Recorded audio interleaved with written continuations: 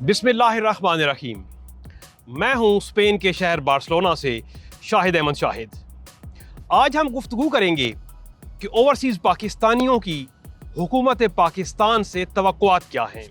मेरे साथ हैं खालिद शहबाज चौहान, जो एक ओवरसीज़ पाकिस्तानी हैं और तवील अरसे से यूरोप में मुकीम हैं। खालिद, हम आपको खुशामदीद कहते हैं। बताइए कि ओवरसीज़ पाकिस्तानियों की हुकूमत पाकिस्तान से क्या तवक्कुआत हैं। देखिए शाह साहब, मैं समझता कि ओवरसीज़ पाकिस्तानी जो है ना, ये एक तरफ से देखा जाए तो एक मजबूत हिस्सा है हमारी कम्युनिटी, पाकिस्तानी कम्युनिटी का, और दूसरी तरफ सबसे कमज़ोर और सबसे जिसको साइड पे रख दिया जाता है, जिसके बारे में कभी नहीं सोचा जाता, वो भी ओवरसीज़ पाकिस्तानी है। यहाँ पर रहते हुए सालों साल गुजर गए हैं। चंद एक ख्वाहिशात ऐसी होती हैं कि जिसमें ओवरसीज़ पाकिस्तानी जो समझते हैं कि उनको रिलीफ मिलना चाहिए, जिसमें सबसे अहम चीज़ हमारे एयरपोर्ट्स हैं। जब भी हम पाकिस्तान से यूरोप से या कहीं किसी भी बाहर के मुल्क से पाकिस्तान जाते हैं तो हमें वहाँ रिस्पेक्ट मिले। जी हाँ, ओवरसीज़ पाकिस्तानी कहते हैं कि जो ही एयरपोर्ट पे उतरते हैं हमारे साथ सौतीली माँ जैसा सलूक शुरू हो जाता है। हमें अजीब नज़र से देखा जाता है, जैसे वो एक दोस्त ने कहा भाई आप हमारे लिए बकरे हैं, हम सही समझे कि बकरा बाहर से आ रहा है। अब जितने बड़े मुल्क से वो आता है इतना बड़ा बकरा है, तो हमें बकरा ना समझा जाए, हमें एक आम इंसान की तरह ट्रीट किया जाए कि ओवरसीज़ पाकिस्तानी के। तो यही ख्वाहिश होती है वहाँ पे जाएँ, रिस्पेक्ट से आपको डील करें, आपका जो सामान है उसको ठीक तरीके से चेक करें। और यही कंडीशन जब आप वापस आते हैं, जिस तरीके से आपके बैग खुलाए जाते हैं, पहले तो सामान की प्रॉब्लम होती है, बैग को बंद कैसे करना है, लोग घरों से बंद करके लाते हैं। और एयरपोर्ट पे जिस तरीके से आजकल मशीनें मौजूद हैं, आपका डिटेक्टर मौजूद है, आप उसको डिटेक्ट कर सकते हैं हर चीज़। वहाँ बैग खोल के जिस तरह लोगों को परेशान किया जाता है, तो ये वो बेसिक चीज़ें हैं जिसको किसी भी गवर्नमेंट को हल करने के लिए कुछ भी नहीं करना। सिर्फ एक ऑर्डर है कि जब भी कोई बाहर से ओवरसीज़ पाकिस्तानी आता है तो 4 काउंटर की जगह 8 काउंटर लगा दे, लंबी लंबी लाइनें में ना लगी हों, वहाँ ये एक्स्ट्रा प्रोटोकॉल वाले लोग जो हैं वो नज़र ना आएँ, अपनी रूटीन से जाएं, अपना रूटीन वर्क पूरा करें। डिजिटल पासवर्ड हमें मिल गए हैं, डिजिटल काउंटर बन जाएं, अपने मुल्क में जा रहे हैं तो कम से कम हम जब पाकिस्तान की सरजमीन पर पाँव रखें तो हमें ये एहसास हो कि हम अपने घर में आए हैं। ये चंद बेसिक जो चीज़ें हैं ना, वो उनमें ये शुमार होता है कि एयरपोर्ट पे जाना है, एयरपोर्ट पे आना है, वहाँ से सलूक किस तरह होगा, आपको वेलकम कैसे किया जाए।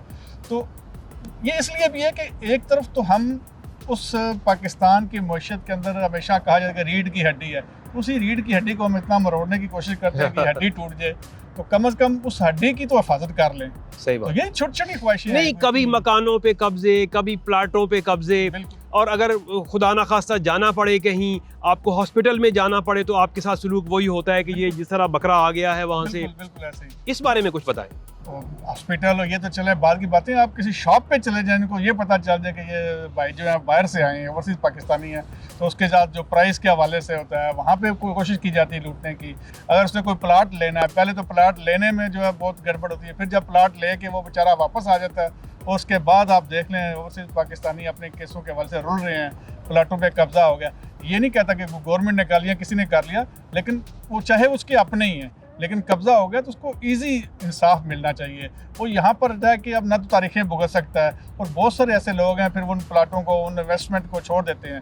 तो जब हम खुद इन्वेस्टमेंट नहीं कर सकते, जब हम खुद अपनी इन्वेस्टमेंट की हिफाजत नहीं कर सकते, तो हम कैसे, अब यहाँ पे हम जो पुराने लोग रह रहे हैं, हम यहाँ के इन्वेस्टर्स को किस तरीके से मजबूर करें कि पाकिस्तान के अंदर इन्वेस्ट करें। यहाँ की कंपनियाँ पाकिस्तान जाना चाहती हैं, लेकिन कई दफ़ा हम खुद डरते हैं उन लोगों से बात करते हुए, उनको वहाँ पे लेके जाएंगे, क्योंकि हमें पता हम खुद महफूज नहीं, तो एक बाहर का यूरोपियन बंदा वहाँ पे जाकर इन्वेस्टमेंट करेगा तो हम उसको कैसे गारंटी दे सकते हैं उसके महफूज होने की।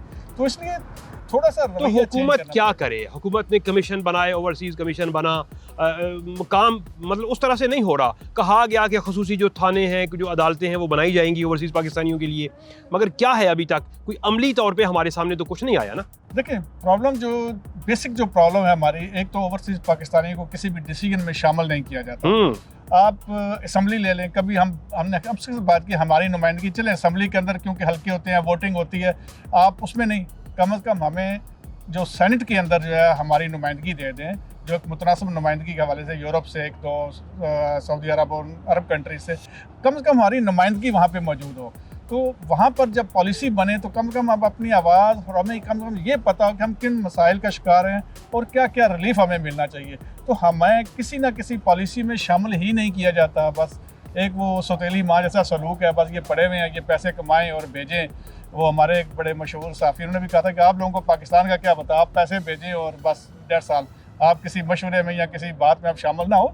तो अगर ये ऐसी सोच होगी तो फिर ज़ाहिर है हमारे लिए मुश्किलात बढ़ती जाएंगी। तो हमें उन मशवरों में, उन फैसलों में हमसे पूछा जाए, हमसे कंसल्ट किया जाए, तो ठीक है पॉलिसी आप बनाएं जो भी बनानी है, लेकिन हमें उन मामलात में शामिल किया जाए। आपका कहना तो ये है कि हमें कानून साजी में शामिल किया जाए, जबकि मैं ये कहता हूँ कि हमारे लिए भी कोई कानून बना दिया जाए तो भी बड़ी बात है। वही बात है ना कि जब कानून साजी में शामिल ही नहीं होंगे तो हमारे लिए कानून बनना तो दूर की बात है।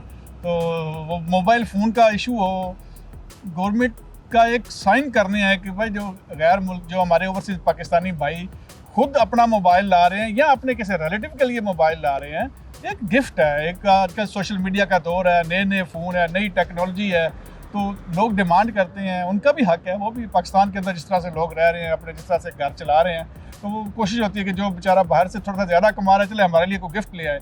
तो पहले तो आप गिफ्ट ले जाएँ तो उसके लिए दर्द सर बन जाते हैं, उसको लॉक खुलवाना, उसको इतने पैसे देने पड़ जाते हैं। वो एक अजीब सा, यानी कि जिस चीज़ पे काम नहीं करना चाहिए था कि ओवरसीज़ के लिए एक परेशानी नहीं है, तो उस परेशानी को भी क्रिएट कर दिया गया। आप 1 महीने से ऊपर रह लें तो आपका मोबाइल बंद हो जाएगा।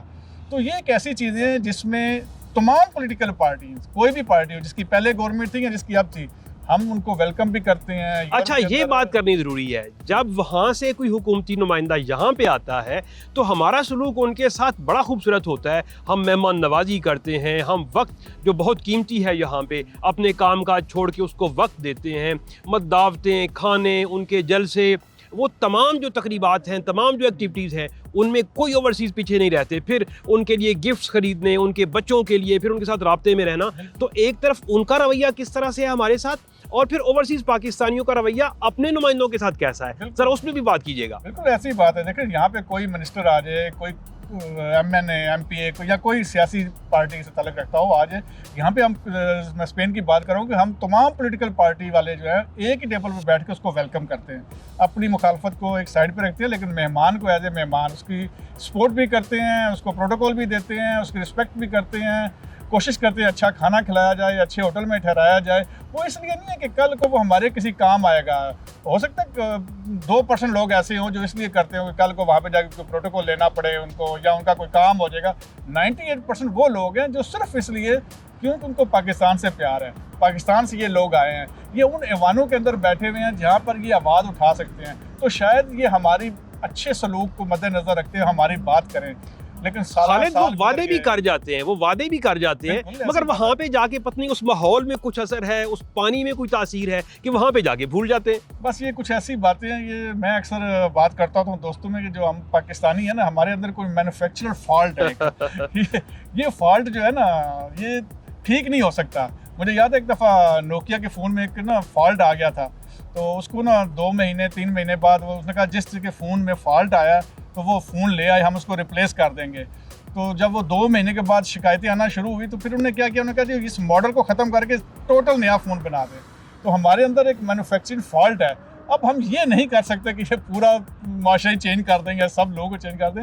इस फॉल्ट के साथ हमने आगे बढ़ना है। हमारी आने वाली जनरेशन, शायद हमारे जो पुराने बुज़ुर्ग सियासतदान हैं वो इन मामलात को ना समझते हो। हमारी नई जनरेशन आगे आ रही है, नए पॉलिटिशियन भी आ रहे हैं, नए पार्लियामेंटेरियन भी आ रहे हैं, नए ऑफिसर्स आ रहे हैं। तो अब हमें वो स्टेप लेना चाहिए। हमें वो स्टेप लेके हमें जहाँ जहाँ पर मुश्किलात हैं, चाहे वो ओवरसीज़ पाकिस्तानी या पाकिस्तान के अंदर रहने वाले लोग हैं, अब हमें कुछ करना चाहिए। हम आज से 25 साल पहले जहाँ खड़े थे आज भी उधर खड़े हैं। ओवरसीज़ पाकिस्तानियों का कोई नुमाइंदा जो यहाँ से गया हुआ है, मैं अक्सर किसी प्रोग्राम में बैठे हैं तो उनको जिक्र करते हैं, तो वो अपने आप को कह रहा था कि जी मैं आपका नुमाइंदा हूँ क्योंकि मैं यूरोप में इतने साल रहा हूँ, मैं फ़लाँ मुल्क में रहा हूँ। ठीक है जी, मुझे आपकी प्रॉब्लम्स का इल्म हो गया, अब मैं जाके पाकिस्तान ये मामला उठाऊँगा। उस वक्त हैरानगी होती है, यार एक तरफ आप कह रहे हैं कि हम आपके नुमाइंदे हैं, मैं बेल्जियम में 10 साल रहा हूँ, मैं स्पेन में इतने साल रहा हूँ, या मैं अमेरिका में इतने साल रहा हूँ, तो अब उसको भी हमें ये बताना पड़ेगा और वो भी जाके बात करेगा। तो ये एक ऐसी चीज़ है जिस पे सब बात करते हैं, सब वादे करते हैं, लेकिन वो वादे एयरपोर्ट से उतरते हैं, पाकिस्तान के अंदर इंटर होते हैं, वो हवा में निकल जाते हैं और फिर कभी ना असम्बली के फ्लोर पे और ना कभी उनकी निजी महफ़िल में कभी जिक्र आया। मैंने बहुत सारी निजी महफ़िल में भी इनको साथ बैठा हूँ, लोगों के साथ जहाँ पे फैसला करने वाले लोग बैठे होते हैं, तो ओवरसीज़ के हवाले से कभी निजी महफ़िल में भी जिक्र नहीं करते कि इनके लिए कुछ किया जाए। जी हाँ, जो ओवरसीज़ पाकिस्तानी हैं वो हुकूमत कोई भी हो उससे हमेशा नाला रहते हैं। अब वक्त आ गया है कि खाली दावों और वादों से बढ़ के ओवरसीज़ पाकिस्तानियों के लिए कुछ अमली इक़दामात किए जाएं। इजाज़त दीजिए, आइंदा मुलाकात होगी किसी नेक्स्ट मौजू के साथ। अल्लाह हाफिज़।